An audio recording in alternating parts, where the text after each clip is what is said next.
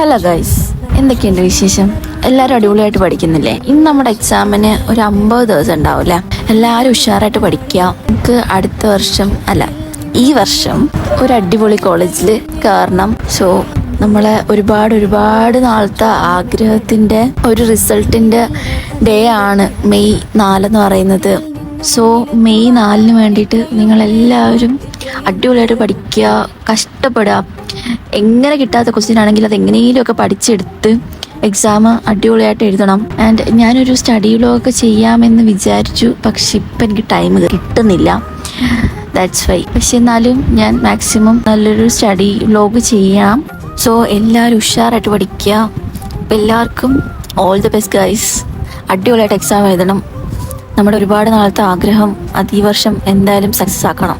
അപ്പോൾ നമ്മുടെ സ്റ്റഡി വ്ലോഗുമായിട്ട് നമുക്ക് ഉടനെ തന്നെ കാണാം. അതുവരേക്കും ശരി, ബൈ.